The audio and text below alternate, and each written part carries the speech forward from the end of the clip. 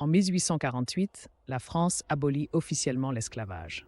Pourtant, derrière ce geste apparent de liberté se cache une vérité sombre. Les anciens esclaves devront payer pour leur émancipation. Ce décret, signé par Victor Schœlcher, marque le début d'une libération conditionnée par l'argent, révélant l'hypocrisie coloniale française. Les anciens propriétaires d'esclaves reçoivent des indemnités pour leurs pertes économiques. Ces compensations, financées par l'État, s'élèvent à des millions de francs. Pendant ce temps, les nouveaux libres sont contraints de travailler pour rembourser leurs propres valeurs, transformant leur liberté en une dette perpétuelle. Malgré leur statut libre, les anciens esclaves continuent de travailler dans les mêmes plantations sous des contrats forcés. Leurs salaires misérables ne leur permettent pas de rembourser rapidement leurs dettes, créant un cycle d'exploitation sans fin. La liberté promise reste hors de portée. Face à cette oppression déguisée, des révoltes éclatent dans les colonies. En Martinique et en Guadeloupe, les anciens esclaves refusent de payer pour leur liberté. Ces soulèvements sont violemment réprimés, montrant que la France préfère la répression à la justice.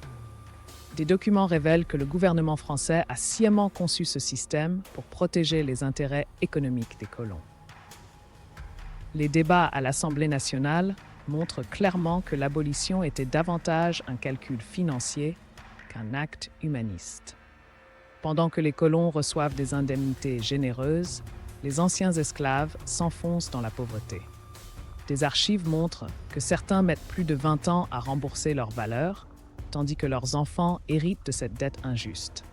Les descendants d'esclaves continuent de subir les conséquences de ce système. Les inégalités économiques dans les anciennes colonies françaises trouvent leurs racines dans ces compensations aux colons, créant un fossé social qui persiste encore aujourd'hui. Contrairement à la France, Haïti a obtenu son abolition par la révolte, sans compensation aux colons.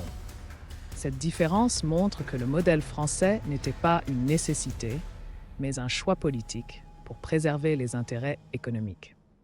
Des historiens découvrent aujourd'hui des documents prouvant que le gouvernement français connaissait l'injustice de ce système.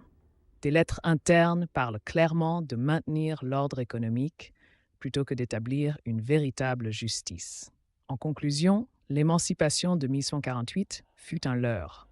En obligeant les esclaves à payer pour leur liberté, la France a transformé un acte de justice en transaction économique.